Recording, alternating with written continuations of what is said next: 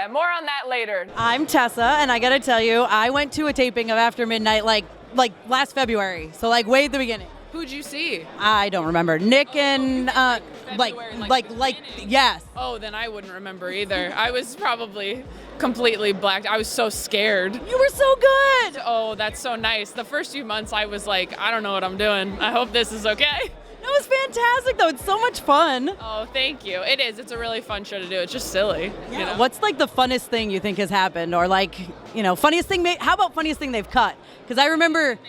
Yes. Oh, that's interesting. I mean, anytime they cut something, it's just because we can't say a certain word or something on TV. But I have to say, I've been surprised some of the stuff that gets through.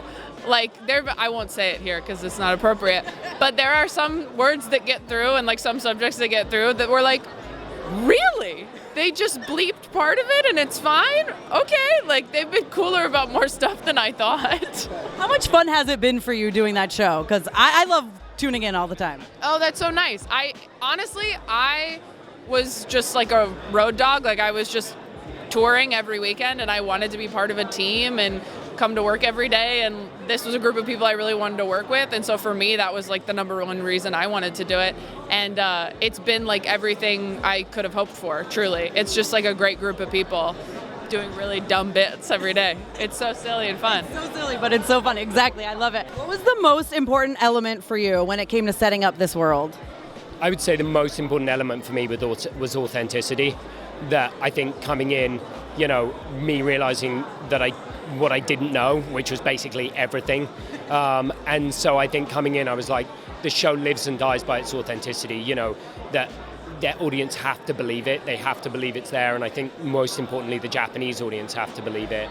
And luckily, we had incredible collaborators, not least Hiro, our lead actor and executive producer, who was on it years before I joined. And he was so generous with me, being patient with his time and his expertise. All the actors were, and we brought in people from Osaka University. We had Eriko, who's our fantastic producer, on set. It was a real collaborative effort, and so for me that was the key thing. And luckily, I was surrounded by people who really knew what they were doing, so that was great. Has there been a scene that was cut, maybe for like narrative purposes, that you felt was maybe should have been kept in or gave some more interesting insight? Oh, that's interesting. No, I don't think so. I think the editing was done over a good year. It was a really big post period, really exploring the material and working out the absolute best way to tell the story. And I've got to say, the scripts were pretty lean coming in, and there was not much left on the cutting room floor. That, like, the worst thing is when you watch a cut and you think, oh my God, why did they leave that in? And I did not have that feeling at all. Awesome. And then will you be back for a season 2? I hope so. I was, speaking to the showrunners the other day. So, I love the show, but, you never know how schedules and everything work out. But my God, if I could, I would. It's amazing. Well, I'm sad that Sweet Tooth is ended. But what do you have, for your upcoming post-Sweet Tooth career? Working on a Gundam movie. Do you know Gundam? With Legendary. Working on that right now. Hopefully we'll be shooting that this year. And that's really been taken up all the time. Also working on adaptation of a comic book called God Country by Donny Cates at the same time. So both of those things kind of cooking right now. What can you tease about either of those or both of those? What can you give us detail-wise? I'm really excited about Gundam. I think that's going to be a very cool movie. Very early on, but just some of the locations, some of the things that we're sort of checking out, I think it's going to be a very cool movie. It's a very dense world. I think what's cool about this movie would be it's sort of it's an entry ramp for a lot of people that don't really know the universe to sort of get inside of it. But I think fans are going to dig it. It's cool. Well, what do you think you learned from Sweet Tooth that you're going to bring with you for these projects? It's a good question. I come from horror movies, so to do children's programming is its own thing. But I never thought it would be a world that I would get into, but I really kind of loved it, and I think it was also, making stories for broader audiences. There was something about that, especially in the times that we were in, during COVID and all that. It felt like we were doing something and entertaining people that, needed something that had a bit more of a positivity to it. So I think that, that woke me up a little bit, I think, from just doing really brutal cannibal movies, which I had been sort of focusing on. So. It's a little different. A little different. Still dark, though. Yes, still very dark. I appreciate that children's programming still accepted us, being dark, but yeah. I mean, if you look back at stuff from like the 80s, there was some dark stuff. And that was kind of what prompted it. Like, for me, it started with like love of Jim Henson, and started looking at that stuff, and like, and those things like genuinely scared the crap out of me as a kid, or had like a really deep effect. And I don't know, I just felt like as we were sort of going deeper in, it was like, especially when you go back and look at some of that stuff, like it was hard, you know. So yeah. And then, is there a future for Sweet Tooth? Are there talks happening? Where could we go from here? Anything you can tease? I mean, to me, I feel like that was a kind of a perfect ending for that, you know, for Gus's story, you know, especially because Christian now is, what, 14 or 15, you know? So he's a man, you know? So I felt like that was the perfect ending for him. I love that Jeff did Sweet Tooth Returns, you know, the follow-up comic book, and he's dabbled in so much stuff. So I would love to see somebody take that and run with that story, you know, because we sort of handed it off at a great place, I think, where somebody could take it and run. So, but I don't know. It's all for Netflix to decide. So what is your favorite moment from the episode of The Bear that you directed? The end. The end, when she's looking at the ticket. I love that. The cast is so good, and they're so much fun, and they seem like a family on screen. Are they a family off screen too? We do. I mean, they are, and we all are. It's a very, very particular kitchen, The Bear, really. It's really a family kitchen. I'm saying it because it's true, you know. We have a lot of things that make us sing outside the choir, if you want, because we really work with a lot of intensity, but also with so much respect, and everyone is bringing their best talent, you know, full speed all the time. So when working on Out of My Mind, what was the most important element for you to make sure you got right?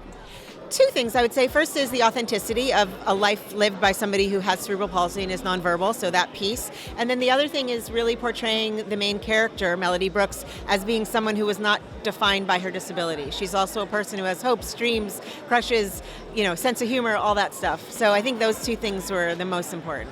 And then you brought on a lot of great talent. Can you talk about that? Oh God, so I mean, I don't think I could have been luckier with our cast. I love all of them so much. You know, we had Jennifer Aniston doing Melody's inner voice, doing the monologues, and Jennifer Aniston, of course, is just amazing. I mean, who doesn't love her? We had Rosemary DeWitt playing the mom, who I've also been such a fan of for years and years and wanted to work with her, and she just brings so much intelligence and heart and soul. Luke Kirby, who I actually worked with previously on my last film, where I made him play Ted Bundy, and he was really upset having to play a serial killer. So I said, okay, I have a new role for you. You get to be like the best dad in the world. But he's just such a brilliant actor, and you know, Michael Chernus and Courtney Taylor and Judith Light, and we were so blessed with the cast. And what do they say? A something of riches. Yeah. You know, you know that expression. You know what I mean? Huge fan of this movie. Absolutely love it. I love the POV shooting. I think it adds so much, and it really puts you like into it. So what do you think? Is that what you think the real importance of it is? And was this always the plan? It was always the plan, and I think the importance kind of grows over time. The gesture is fundamentally meaningful because it's based on the book and film are based on the Dozer School for Boys. It was this actual reform school that existed, and boys were actually murdered there.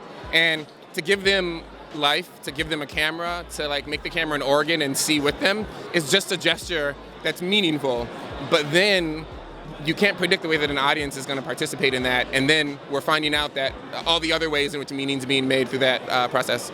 Yeah, what was that like? Like, do any of the actors ever hold the camera, or like, how is that process? Yeah, my guy Jomo Frey, DP Jomo Frey, came up with some pretty incredible concoctions and rigging systems to like have them be operators. And it wasn't most of the film, but maybe 10% of it. They're actually controlling the view, and they essentially are an operator. And I'm going to say, I was at the Critics' Choice last night. Yeah. I was a little bummed to not see Anjanou especially take home the win. I know. I mean, Anjanu's going to get more love for this film over time than anyone in any of these films will over time. I promise you, because her performance and the film is something that's so difficult to digest that people skip it. You know, they kind of just like, oh, great film, POV, whatever, I'll vote for this because it moved me in this way. But what Anjanou did was genuinely profound, and I think an intervention into the way in which we explore Black love on screen, which she's allowing myself to participate in the Black love that I'm familiar with, but also people outside of the community to join in and get that love gaze from Hattie. I mean, and she kills it. She kills it. Nana. Ew.